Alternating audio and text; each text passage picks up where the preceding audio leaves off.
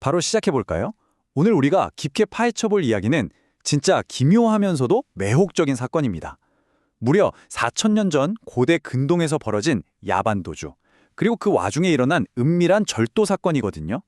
이 흥미진진한 고대 범죄 사건을 개혁주의 청교도적인 관점이라는 아주 예리한 렌즈를 통해서 해설해 드리려고 합니다. 이게 그냥 뻔한 옛날 이야기가 아니에요. 듣다 보면 인간의 본성과 두려움에 대해 진짜 소름 돋는 통찰을 얻게 되실 겁니다. 자, 본격적으로 이야기 속으로 들어가 보죠. 4천년 전의 절도, 숨겨진 우상, 거기에 치명적인 저주까지. 어떠세요? 완전 고대 트루크라임 스릴러 같지 않나요? 맞습니다.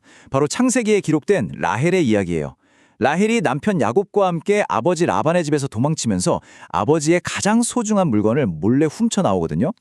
근데 여러분, 이 절도 사건은 그냥 단순한 가족 간의 재산 싸움 수준이 아닙니다. 이 안에는 우리 인간의 뿌리 깊은 불안감, 그리고 나의 진정한 보호자는 누구인가를 둘러싼 치열한 영적 전투가 숨겨져 있어요. 첫 번째 파트, 사건의 발단인 도둑맞은 드라빔 이야기입니다.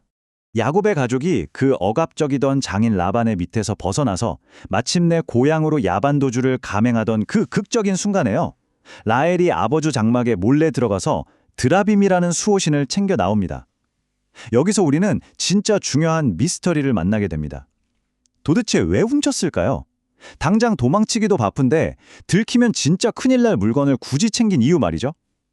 이게 그냥 철없는 딸의 일탈이 아니거든요. 이걸 이해하려면 당시 시대 배경, 그리고 라헬의 그 깊은 내면을 싹 다 들여다봐야 합니다. 자, 그럼 두 번째 파트로 넘어가서 이 우상의 실체를 한번 제대로 밝혀보죠.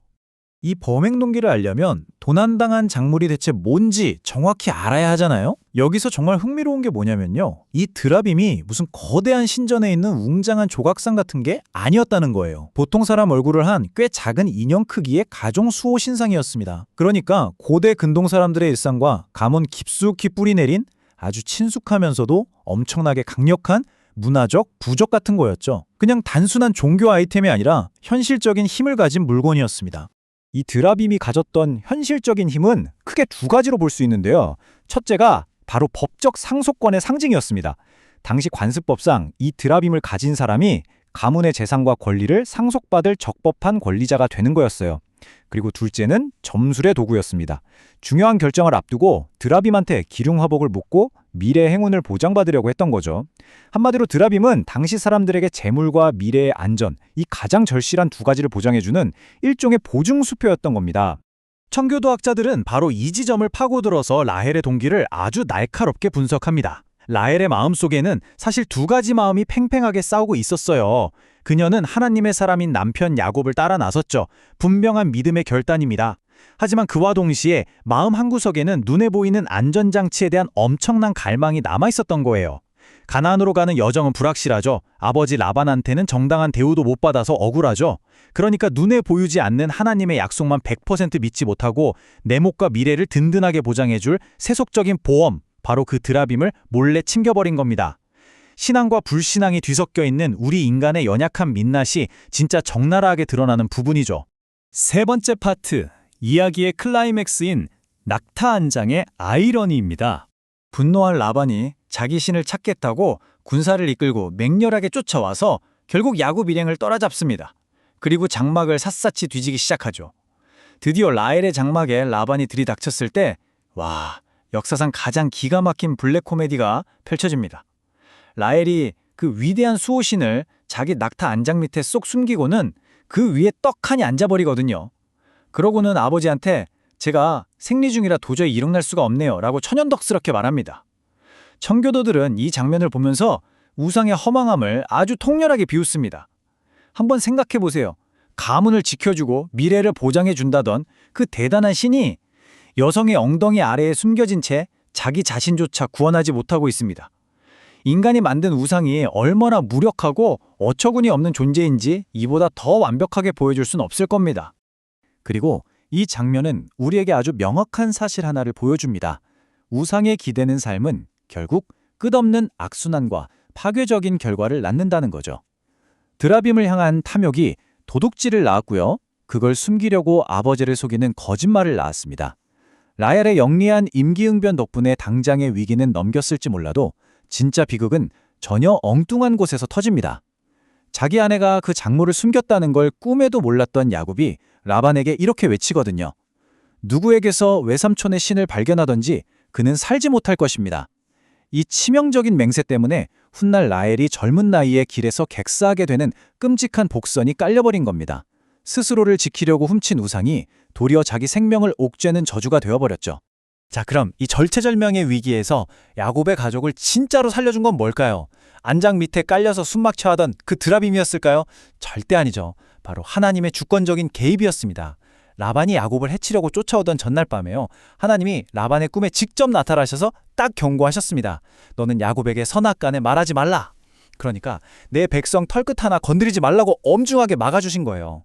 결국 우리의 진짜 안전은 우리가 몰래 훔쳐온 조그만 장신구 따위에 있는 게 아니라 우주를 통치하시는 하나님의 그 주권적인 손길 안에 있다는 걸 성경이 이렇게 완벽하게 대조해서 보여주고 있습니다. 네 번째 파트, 드디어 영적인 결말이 지어지는 베델로 가는 길입니다. 이 드라마틱한 절도 사건은 창세기 35장에 이르러서야 비로소 제대로 된 영적 결말을 맺습니다. 어떻게 전개되는지 볼까요? 위기를 넘긴 야곱 가족이 마침내 하나님을 깊이 만나는 장소인 베델로 나아가게 되는데요. 이때 야곱이 베델로 올라가기 전에 가족들에게 아주 단호하게 명령합니다. 너희 중에 있는 이방 신상들을 버리고 자신을 정결하게 하라. 청교도들은 이 과정을 참된 성화, 즉 거룩해지는 과정으로 봤습니다. 하나님의 은혜가 있는 곳, 그 임재의 자리로 나아가기 위해서는 반드시 거쳐야 할 단계가 있다는 거죠.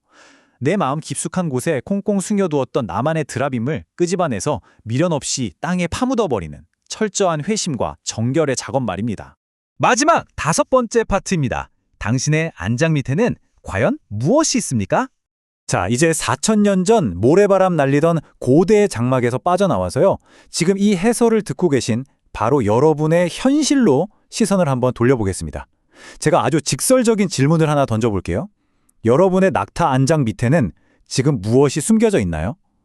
겉으로는 하나님을 예배한다, 나는 거룩한 삶을 살고 있다 말하면서도 진짜 인생의 위기 순간이 닥쳤을 때 날 지켜줄 거라고 굳게 믿으며 은밀하게 깔고 앉아있는 무언가 혹시 없으신가요?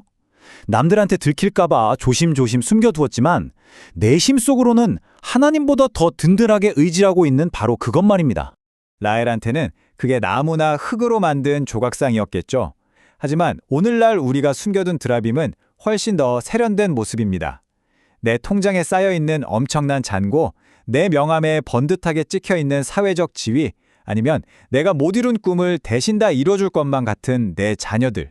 우리는 이런 것들이 내 미래의 불확실성을 싹 없애주고 나를 구원해줄 거라고 굳게 믿잖아요.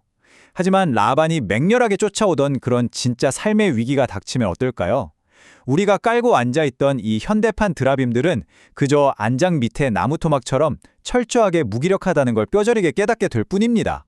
그래서 오늘 이 이야기의 가장 핵심적인 결론은 바로 이 한 문장으로 요약할 수 있습니다. 청교도들이 우리에게 남겨준 진짜 위대한 영적 유산이죠. 우리의 안전은 우리가 움켜준 세상의 상징물에 있지 않고 보이지 않는 하나님의 신실한 언약 속에 있다. 우리가 불안해서 안절보절 못하며 꽉 쥐고 있는 그 물질, 그 명예, 다 언젠가 썩어 없어질 것들입니다.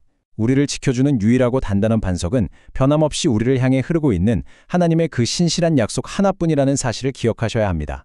오늘 해설을 마무리하면서 여러분께 마지막으로 여쭙고 싶습니다. 여러분은 지금 불안감을 잠재우려고 그 무기력한 안장 밑에 우상을 꽉 깔고 앉아 계십니까? 아니면 내 삶 전체를 통치하시고 완벽하게 보호하시는 눈에 보이지 않는 주권자 하나님을 온전히 신뢰하고 계십니까? 오늘 하루쯤은 내 안장 밑을 조용히 한번 들춰보고 스스로에게 아주 정직하게 답해보는 시간을 가져보시면 좋겠습니다. 지금까지 함께해 주셔서 감사합니다.